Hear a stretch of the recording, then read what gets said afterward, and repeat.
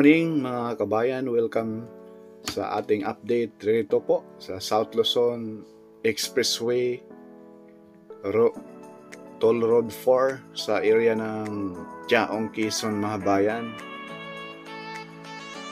Unang araw ngayon ng 2024 ay dito po tayo mag-update. Ayan po, may araw.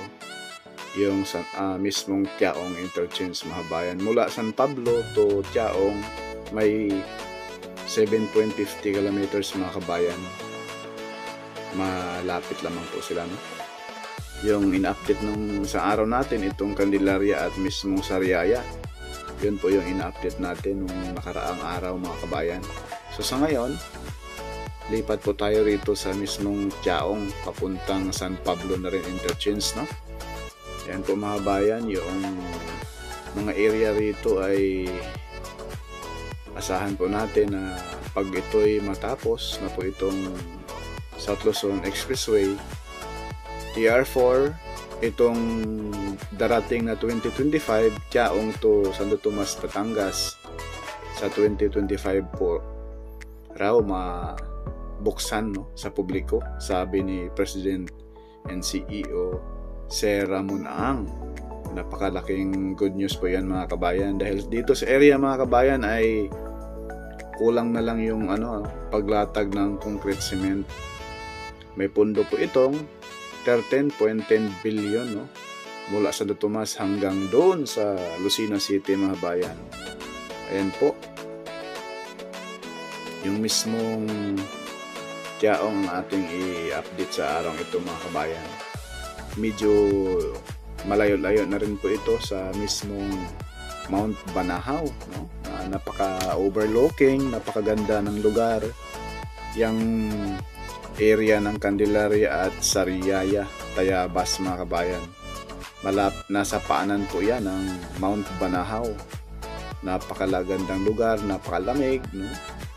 At napakabait rin po yung ating mga kabayan dyan sa area na yan, no? Tinuro pa tayo dun sa location ng mismong alignment ng South Luzon Expressway TR4. Ayan po mga bayan, dito na po tayo sa mismong Tiaong. Yung diretso kaharap sa ating camera, yan na po ay approaching na po yan papuntang Candelaria, Quezon mga kabayan. So sa ngayon, putol po yan dyan. Bakit? Para lang po sa akin mga bayan, posibleng yung right of way dyan, no? Yung mga may-ari ng mga lupain dyan ay hindi pa nagkasundo ng management nitong SMC, no?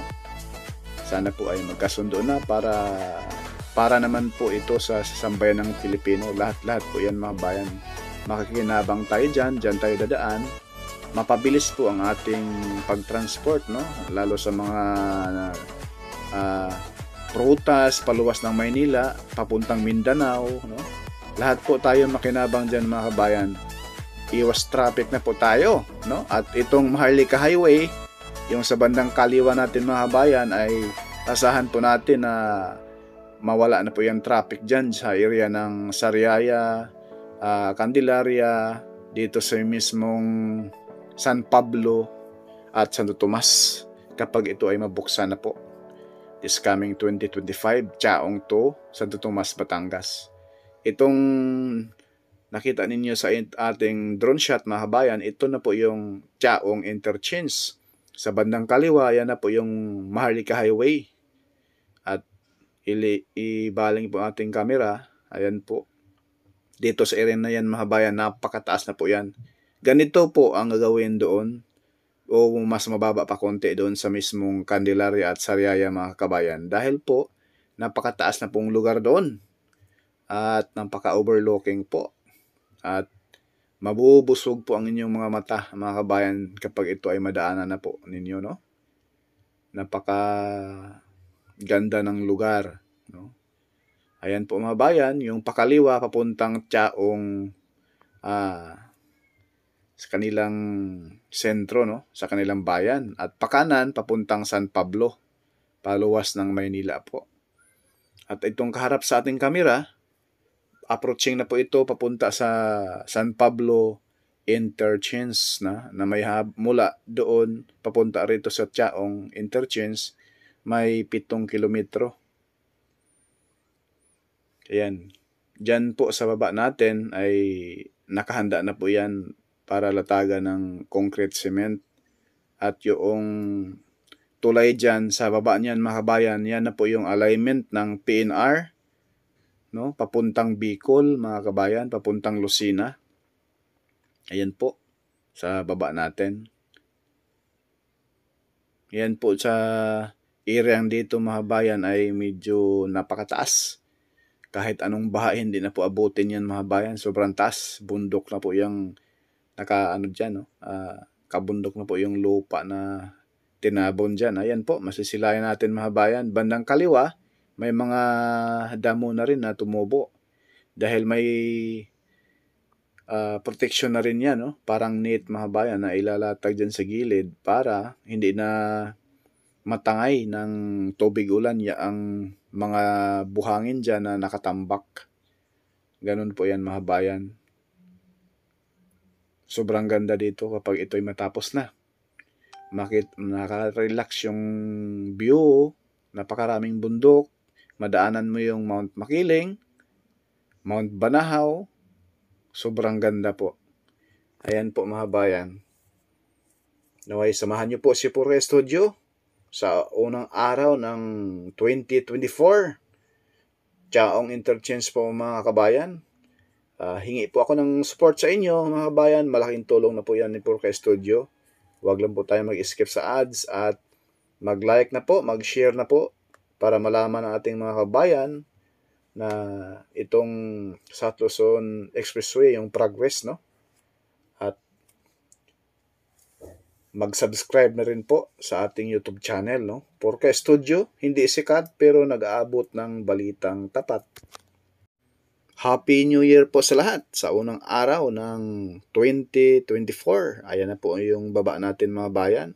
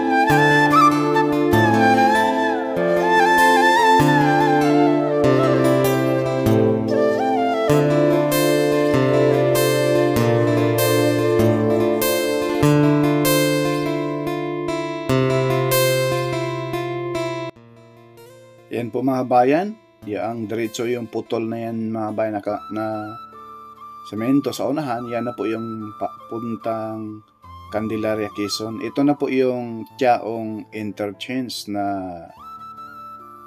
handa na po ito mga bayan, no, sa pagbubukas.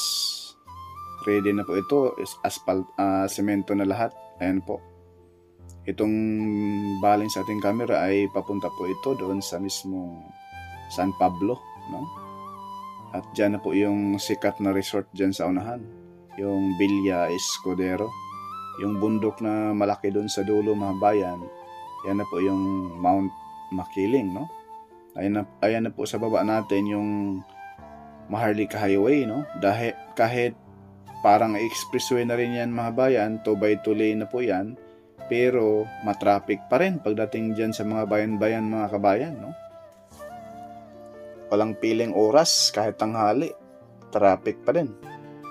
Kaya malaking tulong po ito. Tayo po ay nagpapasalamat sa San Miguel Corporation sa pagpundo nitong South Luzon Expressway TR4 papuntang Bicol, no? TR5.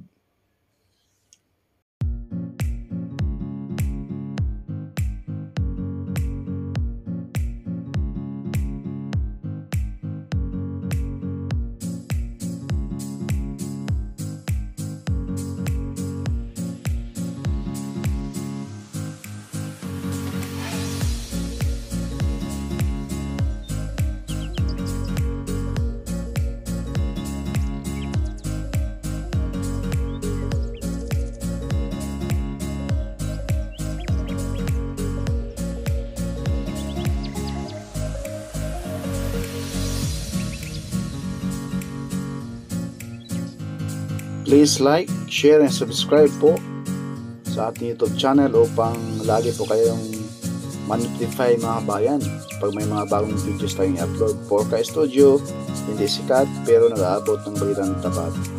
Happy New Year sa lahat! God bless!